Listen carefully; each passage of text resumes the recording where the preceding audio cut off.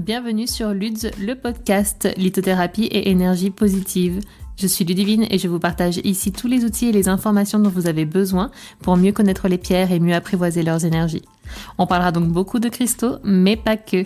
Régulièrement, vous retrouverez ici des épisodes hors série traitant de divers sujets holistiques autour de la psychologie positive, de pratiques naturelles, de l'astrologie, du développement personnel et bien d'autres choses encore. C'est parti! Bonjour à tous, j'espère que vous allez bien. Je suis ravie de vous retrouver pour ce tout premier épisode de 2025, le tout premier. Et je tenais à l'enregistrer en 2025, donc évidemment avec les fêtes, etc. Vous vous douterez bien que je suis en train de l'enregistrer la veille de sa sortie, étant donné que le vendredi c'est un 3 janvier, que le mercredi était le 1er, donc évidemment c'est la journée où on profite avec ses proches, et donc le 2, voilà, me voilà derrière mon micro, avec les énergies de 2025 pour vous enregistrer ce premier épisode. Donc déjà, j'espère que vous avez eu la chance de passer de merveilleuses fins d'année, que vous avez passé un début d'année qui soit déjà très positif. Et merci beaucoup également pour vos retours sur justement l'e-book sur la numérologie et les mini-guides astrologiques, énergétiques et numérologiques par signe pour 2025. On va justement parler un peu de ce genre d'énergie aujourd'hui. Et merci déjà pour vos retours. Apparemment, ça vous guide beaucoup. Je partagerai certains de vos retours sur Instagram parce que vraiment, vos mots sont très forts parfois. Donc, ça peut justement aider certains à comprendre le message qui se trouve derrière certains de ces ouvrages et à comprendre vraiment le détail justement de chacun. Donc, cette année 2025 est assez forte. On en a déjà parlé un petit peu sur Instagram justement. Il y a eu un shift d'énergie qui était extrêmement puissant. Je pense qu'on le dit peut-être chaque année parce que c'est vrai, on a un switch tout de suite, conscient ou inconscient déjà dans notre être parce qu'on sait qu'on passe un cap, on change d'année, etc. Mais dans l'air ambiant, il y a également un changement d'énergie qui est parfois extrêmement palpable. Il est là quoi qu'il en soit, mais certaines années, il est peut-être un peu plus perceptible que d'autres. Et je trouve en tout cas que c'était vraiment le cas cette année. C'était extrêmement flagrant le changement d'énergie entre le 31 décembre 2024 et le 1er janvier 2025. C'était assez fou. Et pour l'endroit où je me trouve, c'était même extrêmement puissant au niveau météorologique parce que ça fait des jours, peut-être même des semaines, peut-être même des mois, où il y avait une chape de brouillard au-dessus de nos têtes qui faisait que si on ne montait pas un peu en altitude, donc on ne se déplaçait pas vraiment à plusieurs kilomètres à la ronde, on ne voyait pas le ciel depuis des jours et des jours. Il faisait extrêmement froid, beaucoup de neige, etc. Et c'était vraiment pesant comme atmosphère. En tout cas, c'est de saison, mais c'était vraiment persistant, voilà.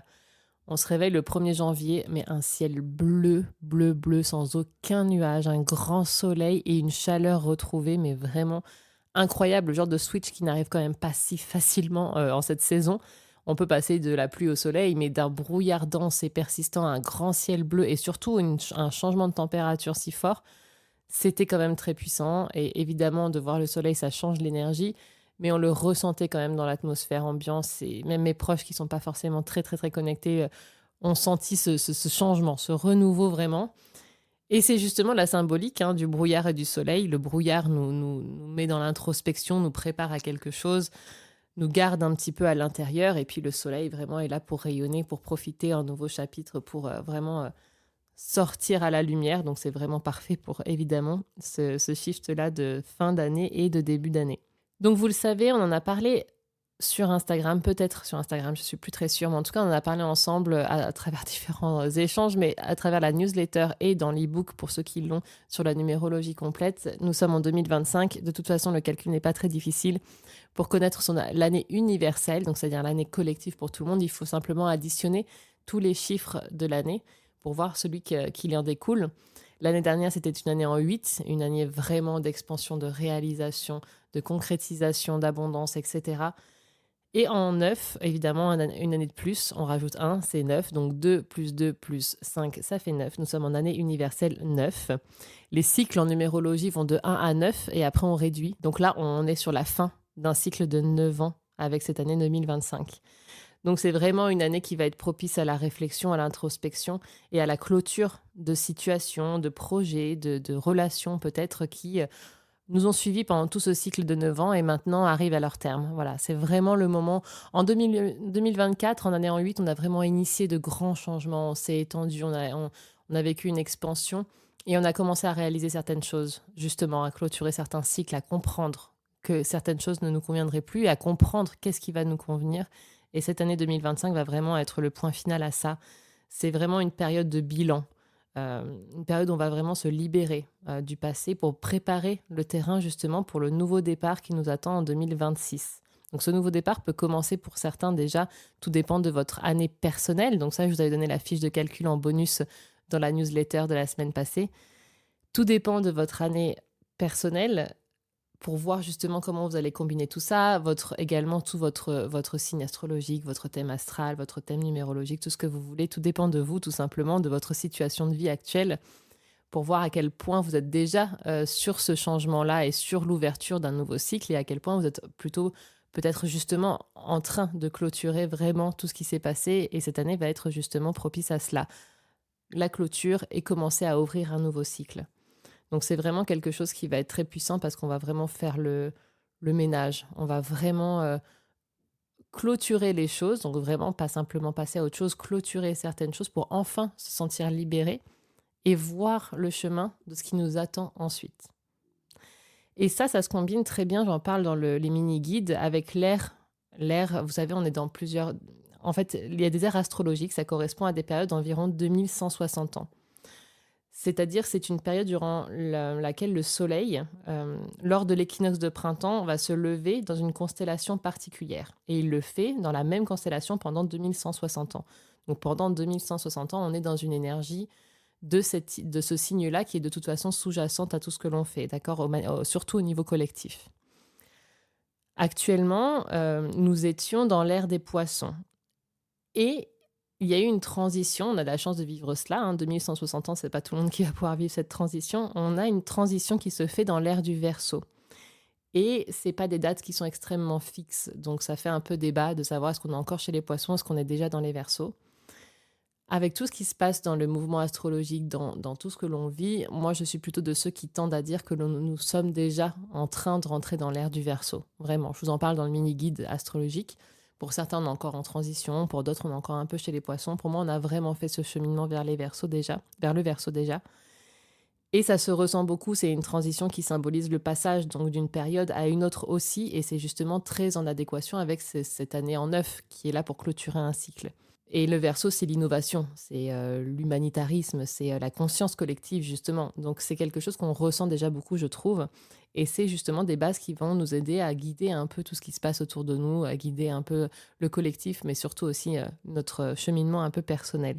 Donc, c'est un peu tout ça qui va régir cette année 2025. Et après, évidemment, vous rentrez dans le détail qui sont propre à chacun en fonction de votre thème astral. Je vous parle également dans les mini-guides des mouvements principaux astro qui vont intervenir cette année, à quel point ça aura un impact avec certains d'entre vous, certains signes.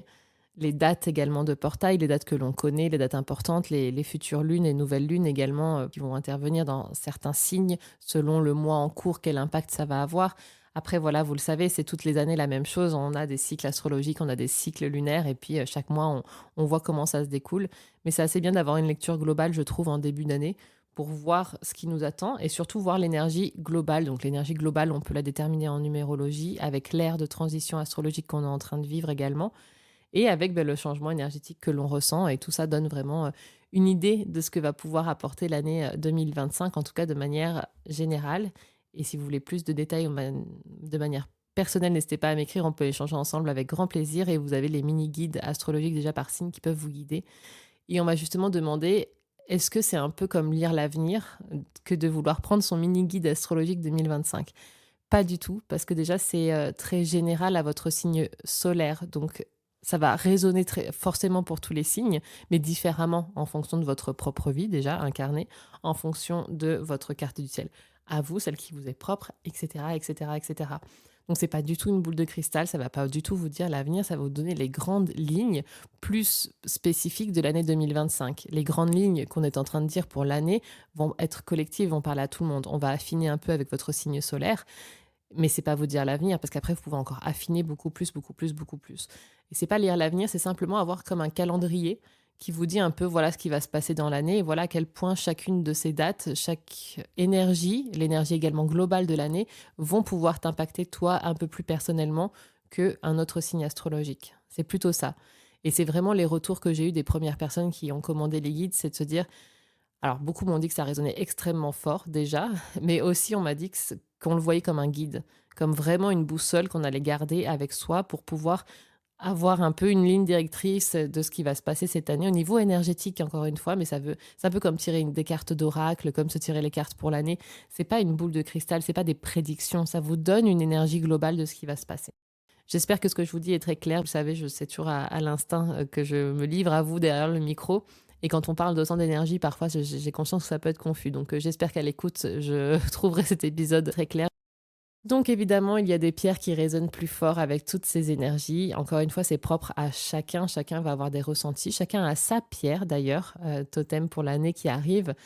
Si vous voulez, on en reparlera. J'en reparlerai d'ailleurs très bientôt. Mais si vous avez des questions, commencez déjà à me les envoyer avec plaisir. Mais j'en reparlerai très bientôt. Et il y a des pierres qui vont résonner très fortement avec cette année 2025, avec les signes, je vous les ai mis dans tous les signes astrologiques par e-book. Mais pour l'année 2025, il y a des pierres évidemment à favoriser.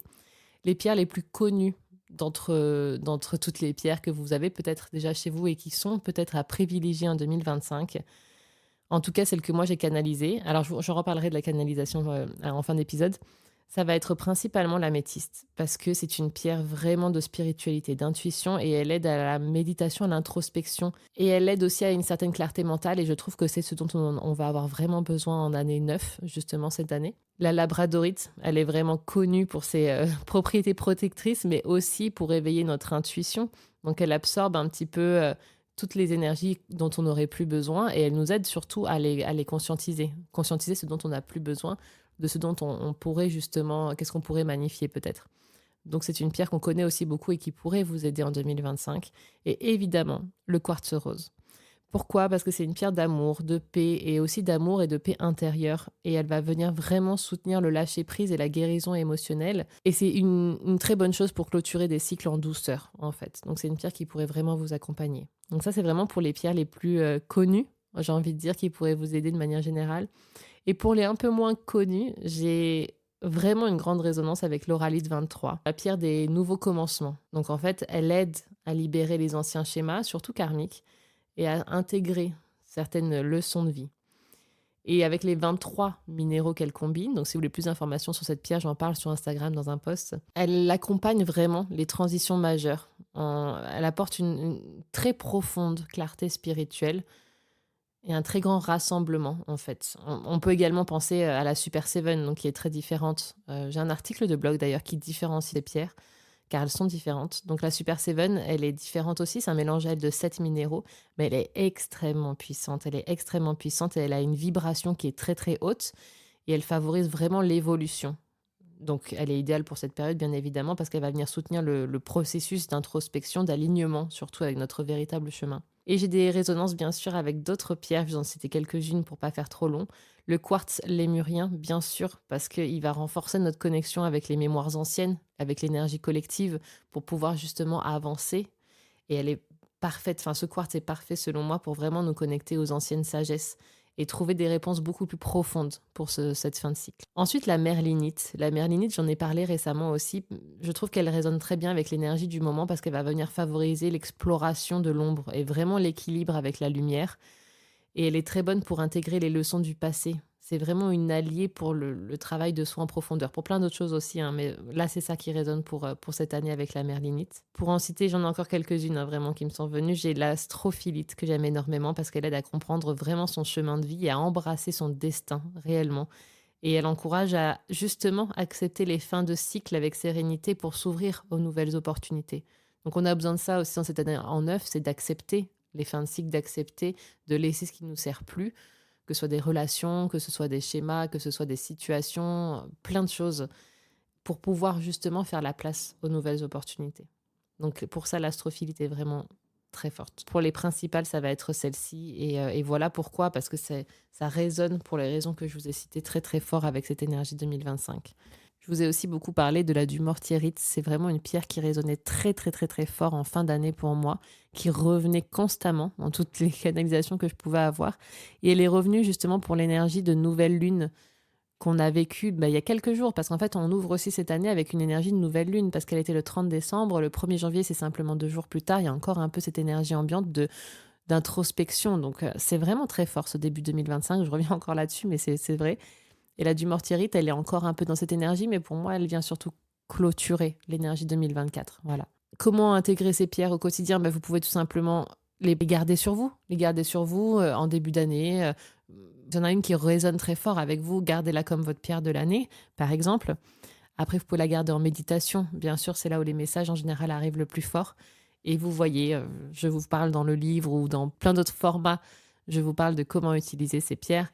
Et vous pouvez également les utiliser sur votre autel. À chaque portail, on dit que souvent, alors chaque portail est assez fort, souvent, pas toutes les pleines lunes par exemple, mais quand bien même, ça dépend de vous. On ressent souvent, je vous l'ai déjà partagé aussi, un besoin de faire un grand nettoyage. Et ça peut être aussi un grand nettoyage de son autel, changer un peu la disposition des pierres, des objets qui s'y trouvent pour vous. Et ça peut être justement un bon moment en début d'année de modifier son autel et de mettre en valeur dessus les pierres qui résonneront le plus pour vous pour cette début d'année, par exemple. Et comment est-ce qu'on canalise une pierre? C'est une chose qu'on me demande beaucoup. Écoutez, on pourra en faire un épisode, si vous le souhaitez, de podcast la semaine prochaine, parce que j'ai peur que ça fasse un peu trop long avec celle-ci. Je vous ai écrit dans la description, je crois, des mini-guides, comment j'avais canalisé, avec quel outil, mais de manière très, très succincte, j'ai canalisé les pierres par signe. Mais c'est quelque chose qui me vient instinctivement très fort, depuis toujours. Vraiment, si vous voulez, je pourrais vous parler aussi de ma relation aux énergies depuis toujours. C'est très familial aussi chez nous. Mais voilà, on en fera un épisode certainement séparé. N'hésitez pas à me dire si ça vous intéresse.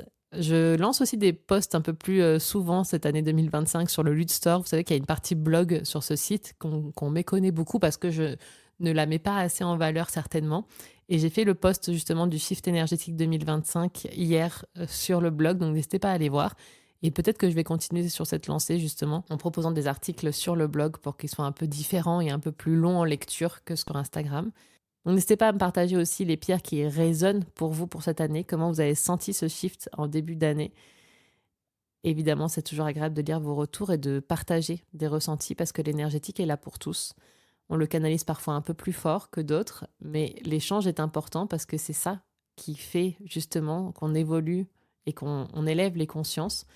Et l'énergétique est là pour tout le monde. Donc échanger, c'est toujours très très très agréable. Ok ? Allez, je vous souhaite un merveilleux début 2025, encore une fois. Et on se retrouve vendredi prochain pour un tout nouvel épisode. Bye bye. Après chaque épisode ou de manière générale, n'hésitez pas à laisser un commentaire avec vos avis, vos retours, vos questions et éventuellement les sujets que vous aimeriez que nous traitions ensemble. N'hésitez pas également à mettre la note de votre choix sur la plateforme d'écoute que vous utilisez afin de faire connaître ce podcast.